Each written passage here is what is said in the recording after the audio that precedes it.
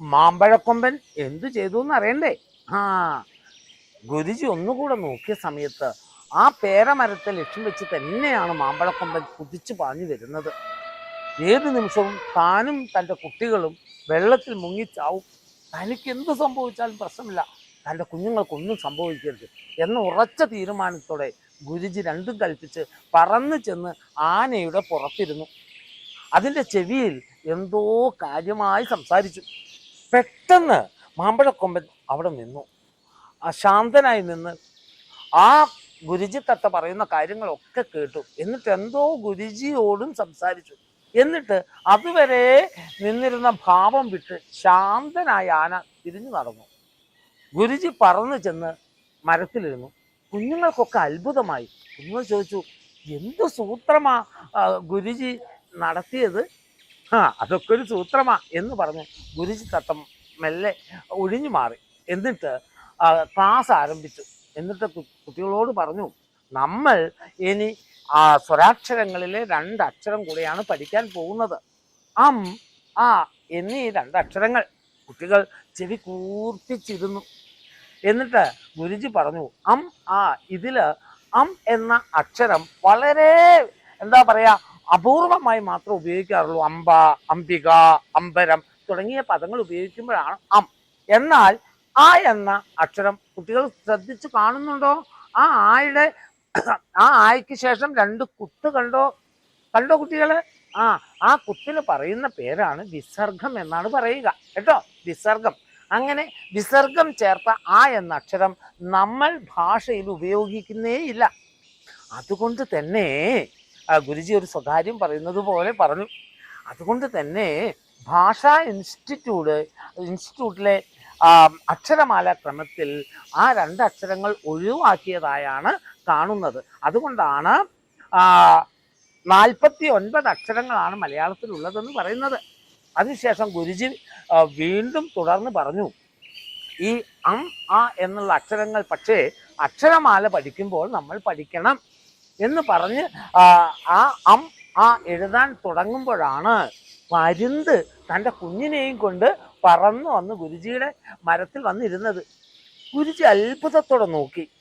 അപ്പോൾ പരുന്ത് പറഞ്ഞു, ഗുരുജി, എനിക്ക് അക്ഷരാഭ്യാസം ഇല്ലാത്തത് കൊണ്ടാണ് ഞാൻ ദുഷ്ടനായി മാറിയത്. എൻ്റെ കുഞ്ഞിന് ആ ഗതി വരരുത്. അവന് അറിവും ബോധവും ഉണ്ടാവണം. അങ്ങനെ അവൻ ശാന്തമായ ജീവിതം നയിക്കണം.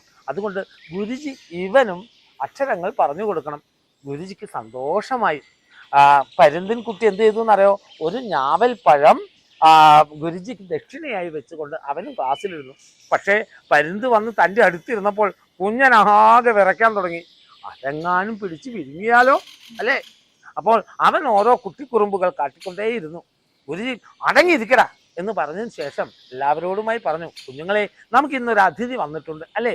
അതുകൊണ്ട് നമുക്ക് സ്വരാക്ഷരങ്ങൾ ഒന്നുകൂടി പഠിച്ചാലോ എന്ന് പറഞ്ഞുകൊണ്ട് മക്കൾ പറഞ്ഞേ, ഇ ഈ ഉ ഊ ഋ എ ഏ ഐ ഒ ഓ ഔ അം ആ. ഈ കുഞ്ഞുങ്ങളെ, ഈ 15 അക്ഷരങ്ങളെയാണ് നമ്മൾ സ്വരാക്ഷരങ്ങൾ എന്ന് പറയുക. എന്നിട്ട് ഗുരുജി തൻ്റെ ചിറകൊന്ന് കുടഞ്ഞ് വീണ്ടും അക്ഷരങ്ങൾ പറയാൻ തുടങ്ങവേ പെട്ടെന്ന് ഗുരുജി ക്ലാസ് നിർത്തിയിട്ട് പറഞ്ഞു, നമുക്ക് അടുത്ത ക്ലാസ്സിൽ നമുക്ക് വ്യഞ്ജനാക്ഷരങ്ങൾ പഠിക്കാം.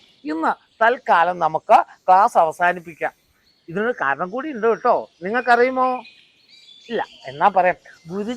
ഗുരുജിയുടെ ഭാര്യ തത്തപ്പെണ്ണിൻ്റെ അപേക്ഷ മാനിച്ച് ഇന്ന് ഭാര്യ വീട്ടിലേക്ക് ഒരു വിരുന്ന് പോകാൻ തയ്യാറായി നിൽക്കുകയാണ്. അപ്പോൾ കുഞ്ഞുങ്ങളെ പെട്ടെന്ന് പറഞ്ഞു വിടണമല്ലോ.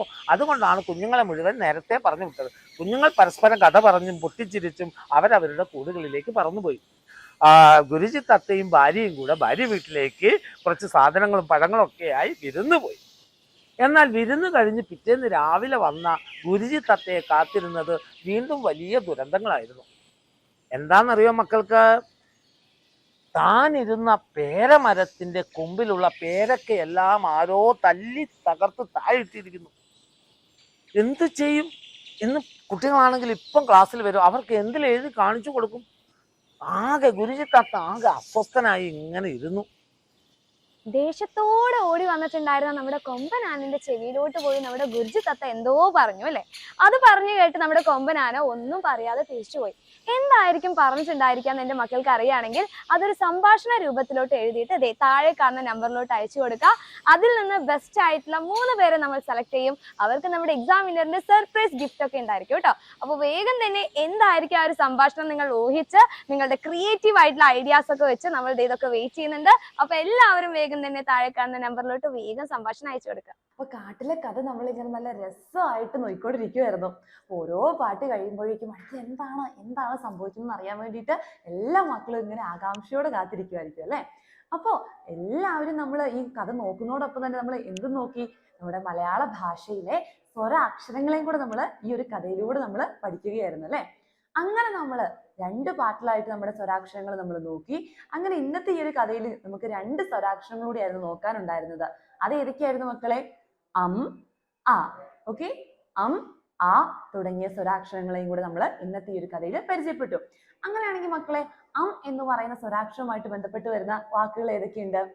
അമ്പ, അമ്പരം മുതലായവ അല്ലെ. എന്നാൽ ആ കൂട്ടി വരുന്നതോ? വിസർഗം ചേർത്ത് വരുന്ന ആ എന്ന അക്ഷരവുമായിട്ട് ബന്ധപ്പെട്ട വാക്കുകൾ നമ്മൾ മലയാളത്തിൽ ഉപയോഗിക്കാറില്ല. ഓക്കെ, അപ്പൊ നമ്മൾ നമ്മുടെ ഈ ഒരു കഥയിലൂടെ 3 പാട്ടിൽ നമ്മുടെ ഈ ഒരു കഥയുടെ ആദ്യ ഭാഗത്ത് നമ്മൾ എന്തൊക്കെയാണ് ഇപ്പൊ പരിചയപ്പെട്ടത്? നമ്മുടെ മലയാള ഭാഷയിലെ 15 സ്വരാക്ഷരങ്ങളെയാണ് നമ്മൾ എന്ത് ചെയ്തത്? പരിചയപ്പെട്ടത്. അത് ഏതൊക്കെയായിരുന്നു മക്കളെ? ആ, ആ, ഇ, ഈ, ഉ, ഊ, ഋ, എ, ഐ, ഓ, ഓ, ഔ, അം, ആ. ഓക്കെ, അപ്പോൾ നമ്മുടെ മലയാള ഭാഷയിലെ 15 സ്വരാക്ഷരങ്ങളെ നമ്മൾ പരിചയപ്പെട്ടു.